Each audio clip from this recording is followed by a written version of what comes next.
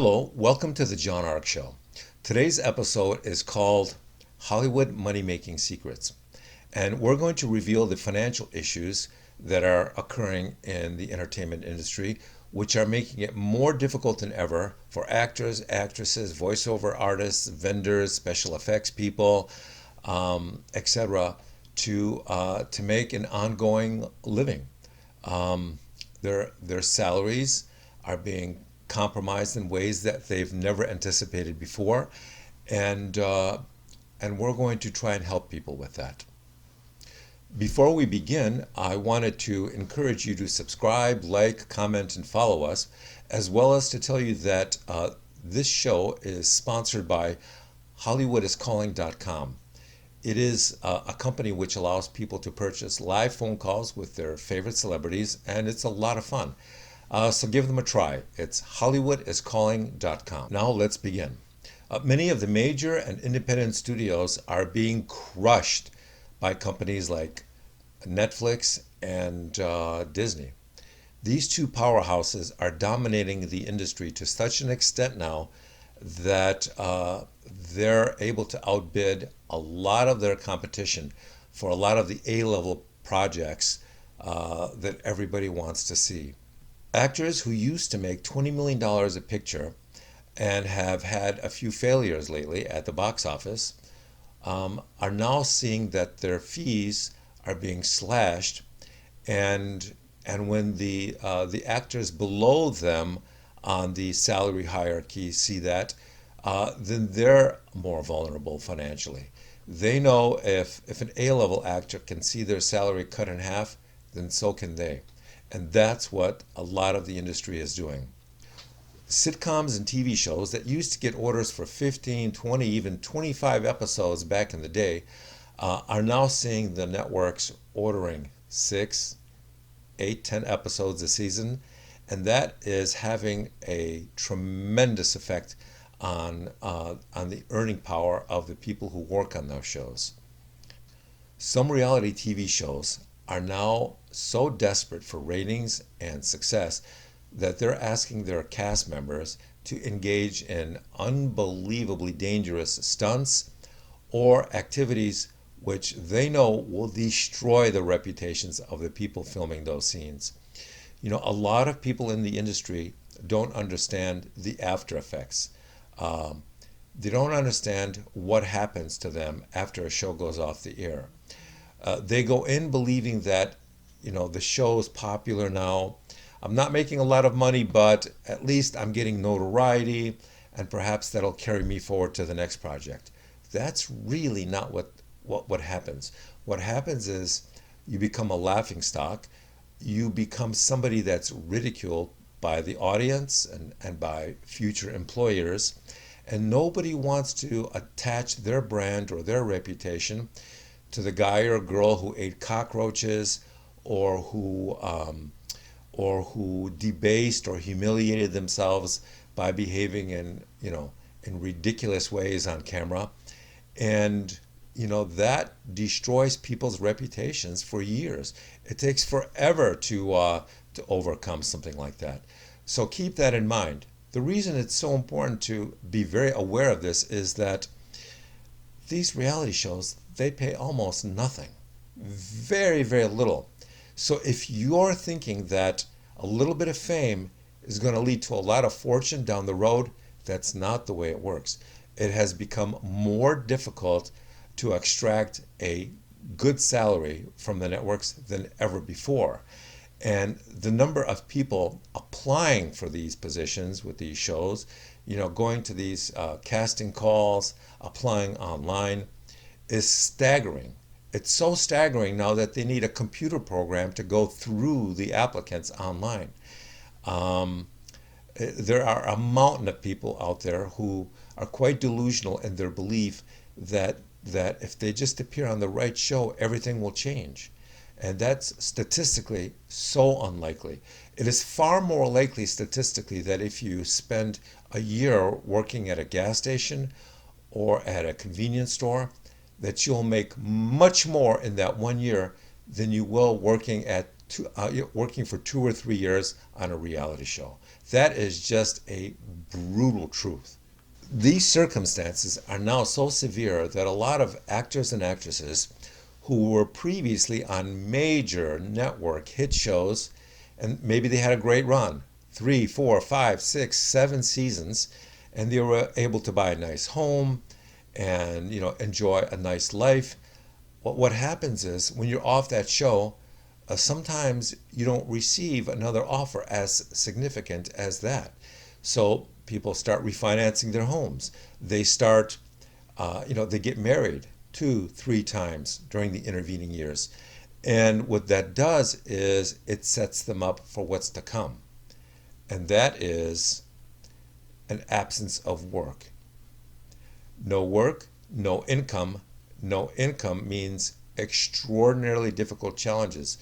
And what a lot of people are doing is they're succumbing to these financial pressures by working for escort services, by moving into other industries like the real estate sector or some of the other industries. And that is very challenging. You're competing with people who've tried to build lifelong careers in the real estate industry. So it's not as easy as it sounds. Another phenomenon that's happening is that a lot of these actors are now walking into the studios and pitching them ideas for new reality shows. And what happens is, and I've seen this a lot, is that the studio exec will say, well, you have an interesting idea. Why don't you go out and film a pilot? Get a camera, get some editing software, shoot it, edit it, and bring us in the pilot, and we'll take a look. If there's something there, maybe we'll place an order for 6 or 8 episodes. And there are a lot of former stars in Los Angeles walking around with pilots on their phones or laptops that they shot at their own expense, and they brought in, and the network has declined because it's one thing to shoot a TV show on your phone or with a camera and edit it. Any college kid can do that, but it is quite another thing to shoot a show that is innovative enough, entertaining enough, exciting enough to capture the attention of a national or international audience. That requires a significant skill set. So, that's not as easy as it sounds, despite what the executives will tell you. The next phenomena that has been contaminated by all of this is the music industry. What's happening is that a lot of artists who own the rights to their own music license them to the streaming services, and the streaming services are paying very little or nothing. And you would think, well, who would sign a license with a service that pays nothing? Well, that's a very complicated question and answer because, one, desperation falls into play. A lot of musicians are no longer getting the airplay for their music. They're not getting their music played online unless they agree to these licensing deals. And if you've seen any of these licensing deals, they are impossibly complicated, and they're designed to create a circumstance where you receive almost nothing. I see this a lot, and what happens is that once the radio money disappears, the radio royalty money disappears. Once the streaming money that you thought you were going to receive but never did, once that's out of the picture, then it becomes very difficult to continue touring. Why? Because the audience isn't hearing your music. So this is causing a lot of problems for artists who own their own music. As a result, a lot of millennials and younger artists are refusing to do deals with the streaming services. They're refusing to do deals with the major record labels, and they prefer to just slug it out on their own with their own websites, with their own social media. And if they work hard enough and they're talented enough, their chances of succeeding financially are much more significant doing that than going the old-fashioned way. The porn industry has been nuked by this phenomena. The porn industry used to be incredibly prosperous. Then the marketplace changed with the advent of all these online free porn sites, where people can sit on their computer and watch porn for hours and hours at no cost, and that's destroyed the industry. Nobody pays for porn anymore, and as a result, porn stars can't get paid. They're they're finding it almost impossible to make money off the movies that they make. So they too work for streaming services, but that space is so crowded now that it's very difficult for them to make any money at all. So what a lot of porn stars have been doing lately is they work these private parties, and people go up to these parties up in the Hollywood Hills. It may be your neighbor's house.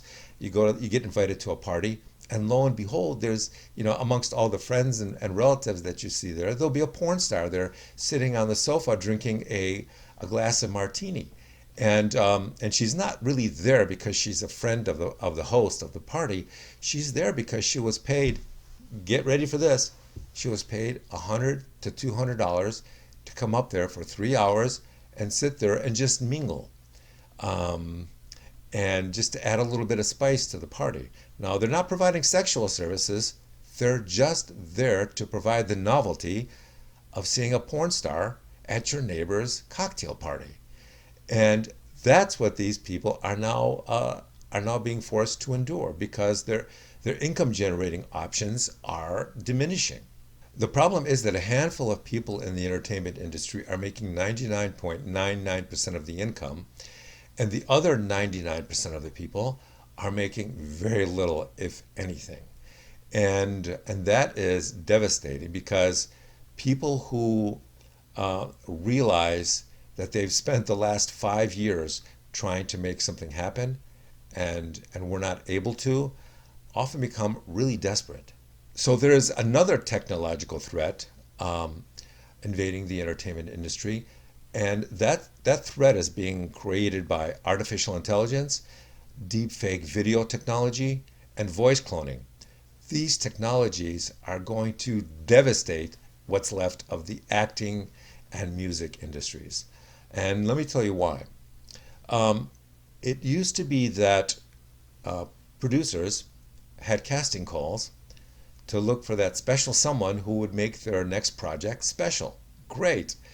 They would attract so much attention with their talent or their beauty that they would help you make a ton of money. That's changing. With the advent of artificial intelligence and deepfake video technology, what's happening is that a producer can say, you know what, I need somebody who looks like Marilyn Monroe or Kim Kardashian. And don't digitally create one that it looks exactly like her or sounds exactly like her because that'll invite litigation. Digitally create someone who sort of resembles that individual, but not enough to cross the legal threshold. So these deepfake videos now are now so stunningly good that that option is now becoming very, very viable for the studios and for the producers, a lot of the independent producers. Now, on a scale of 1 to 10, with 10 being an absolute digital replica of someone else's image and persona, I would say that the technology is currently at an 8.5. Once it passes 9, I think the dam will burst and this phenomena will take over the industry, help producers and studios reduce their costs dramatically, and make it more challenging than ever for actors and actresses, artists, singers, voiceover people to get work. Because their efforts, all that training they went through to perfect their singing abilities, their acting abilities, all of that will be marginalized by the extraordinary ability of this technology to do what they were once paid to do. And once you eliminate casting salaries, that dramatically increases your profit margins. And that's what these people are faced with. So now I'm going to tell you how you can mitigate a lot of these threats that are coming your way if you're in the industry or if you want to enter the industry. And uh, I think the best way to do that right now, one of the best ways, is to create your own podcast. Now, there are countless people out there creating their podcasts, and a lot of them are struggling. It may take a year or two before they see any earnings whatsoever. They may see their audience spike 1 month and then disappear the next. That's because of the tremendous competition. So, the best way to generate an income with a podcast is to produce a podcast which features your business, your freelance efforts, your company, and helps drive your audience towards that effort. So if you're an actor looking for work and you want to create a podcast to bring attention to your efforts, that's great. Go ahead and do it. But if you're an actor who wants to get more work as an actor, but you also want to generate more income for your part-time catering company that works on movie sets, then you have to incorporate that into your podcasts. You have to promote it.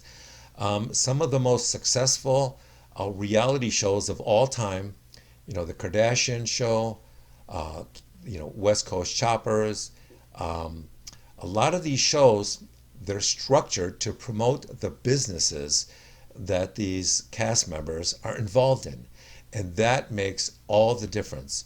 A lot of these people generate huge licensing fees for the products and services they sell that they were able to promote on the show. And that's really important if you want to accelerate the growth of your revenues. One thing I want to remind everybody who is producing their own show is to make certain you keep your costs to a minimum in the beginning. Use a smartphone or a laptop. Don't go out and buy expensive cameras, expensive lighting, expensive recording equipment. Smartphones, laptops. Perfect your craft. Develop a concept that works, and then once you start to generate revenue, then you can invest in more equipment. You have to also remember to diversify the revenue streams for your podcast. Don't just rely on YouTube advertising income. You have to pursue affiliate marketing income. You have to post your videos on other social media services, and broaden your channels. Don't rely just on one channel. The next thing that's really important is to produce a podcast that will appeal to a high income, high dollar audience. Why? Because advertising pays best for products in the luxury space. And if you produce a podcast that appeals to people with no money or very little discretionary spending ability, then you'll attract that kind of audience, and the ads that run on your channel will be designed to pay you very little. Conversely, if you produce a podcast that's designed to appeal to a high-end audience that spends a lot of money on luxury goods, then the various social media services will run advertisements designed to appeal to that sector. And those ads, when they do run, will pay you much more on your podcast. The next thing I would like to encourage you to do is to create a podcast that elevates you and your audience. You don't want to humiliate yourself. You don't want to affiliate yourself with people or things that will reflect poorly on you. You want to elevate your audience as well. You want to increase their earning power. You want to entertain them in a way that causes them to come back. That's the key. I think the sweet spot is the intersection of enriching people's lives and enriching their wallets. For your podcast to succeed, it has to develop a reputation for both helping people and entertaining them. That is the key. Another thing that I want to encourage you to do is to do real-time competitor analysis of what other podcast producers are doing. And by real time, I mean don't check the competition once every 6 months. Don't check them every 3 months. Do it on a weekly basis. See what the hottest podcasts are doing. See how they're generating money. Who are their advertisers? Who are their sponsors? Who are they inviting as guests on their show? Take your cues, learn your lessons from the best in the marketplace. The marketplace is evolving very quickly, and it's important that you stay on top of that. So, with that, I want to encourage you to stay at it, keep trying, and we'll talk to you again.